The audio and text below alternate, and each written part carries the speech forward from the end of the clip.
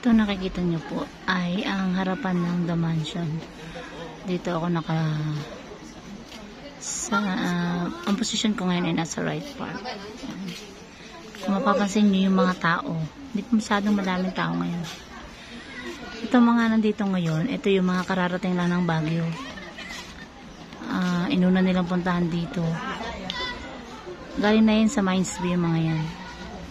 Ayan. Tapos, mamaya, mga 2 PM, mag-check-in na yan sa mga tinitirahan o titirahan nila dito sa Baguio. Galing yan sa iba't ibang lugar. May galing ng Visayas, may Mindanao, iba't ibang parte ng Luzon, may Tagalog, merong bihira ako nakakarinig ng mga Ilocano o mga taga-local dito. Siguro dahil madalas sila nandito dito. Yan, ito yung harapan ng The Mansion. Ang position ko ay nasa right part.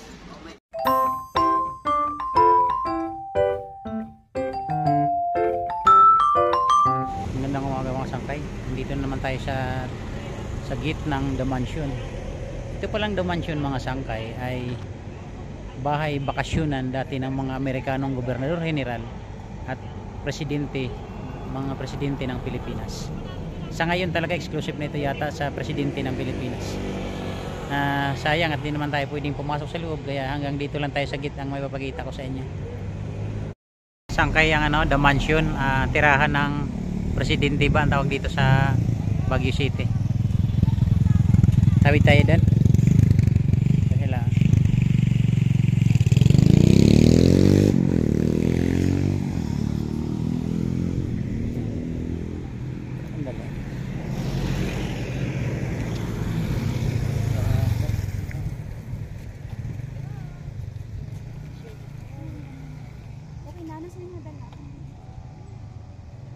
So, hanggang gate lang tayo mga sangkay kasi sarado eh.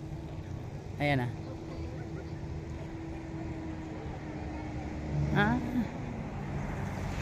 sige.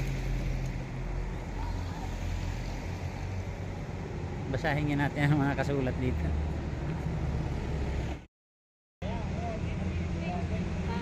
Constructed at the instance of William Cameron Forbes following the design of William E. Parsons.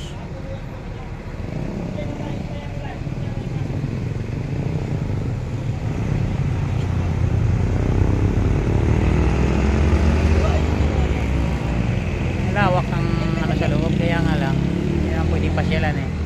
Ganito lang.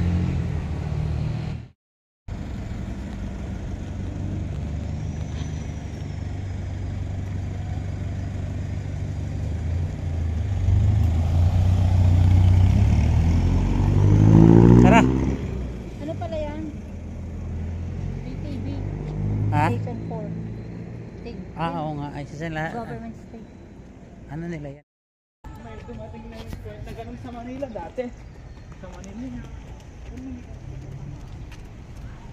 Ito yata rin yung bakasyon ng mga congressman.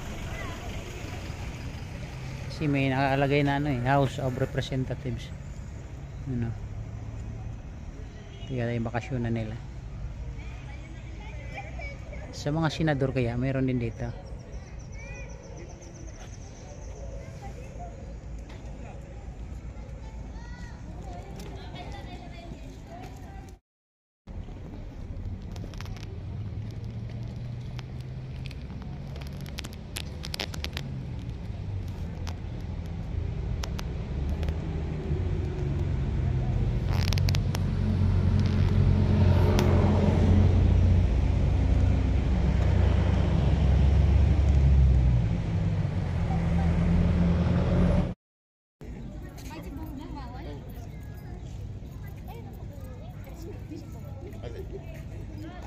Dapat pwede na siya pumasok.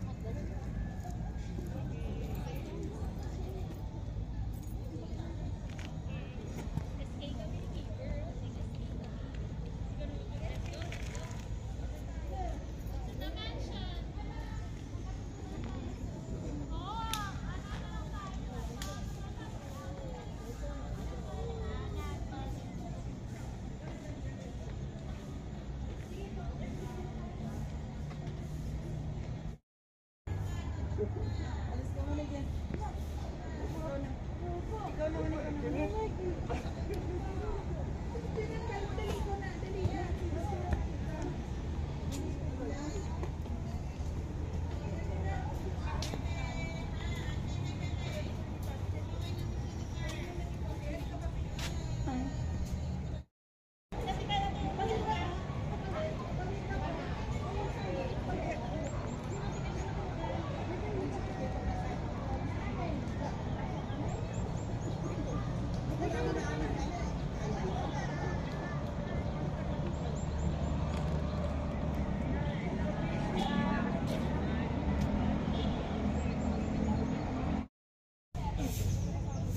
mga sangkay, ano na, alas 8:20 na ng umaga at parami ng parami ang mga tao. Lalo na doon sa may ano, may gate ng The Mansion. Marami ng tao.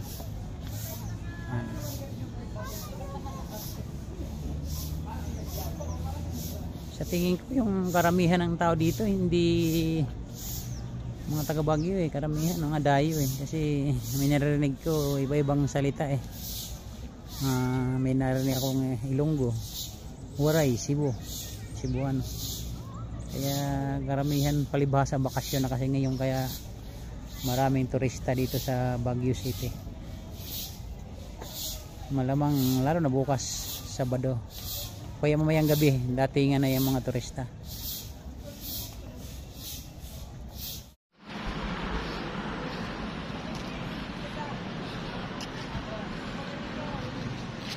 Ito talaga masarap mamasyal kasi maliwanag na, malamig pa, at the same time magagalang mga tao rito.